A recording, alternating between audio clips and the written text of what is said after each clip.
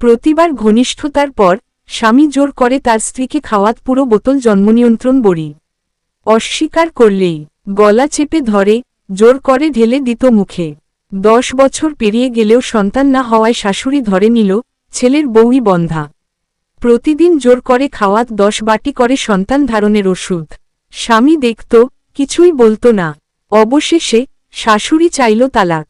না মানলে মারধরের হুমকি। মেয়েটির কোনো উপায় ছিল না, তাকে তালাক দিতে বাধ্য করা হলো। ঠান্ডা বৃষ্টির মধ্যে তাকে বের করে দেওয়া হলো ঘর থেকে। 6 বছর পর বিদেশে সে গর্ভবতী হয়, জন্ম দেয় একটি ছেলের। কিন্তু দীর্ঘদিনের অত্যাচারের ফল, তার সন্তান জন্মেছে হৃদরোগ নিয়ে। এখন সে ফিরেছে প্রতিজ্ঞা নিয়ে, যারা তার জীবনটা নরকে পরিণত করেছিল তাদের করা জবাব দেবে। প্রতিটি অন্যায়ের প্রতিশোধ সে নেবে। শেষ পর্যন্ত এই গল্প কেবল এক নারীর নয়, এটা শত শত নারীর কাহিনী। কিন্তু এবার সে চুপ থাকবে না।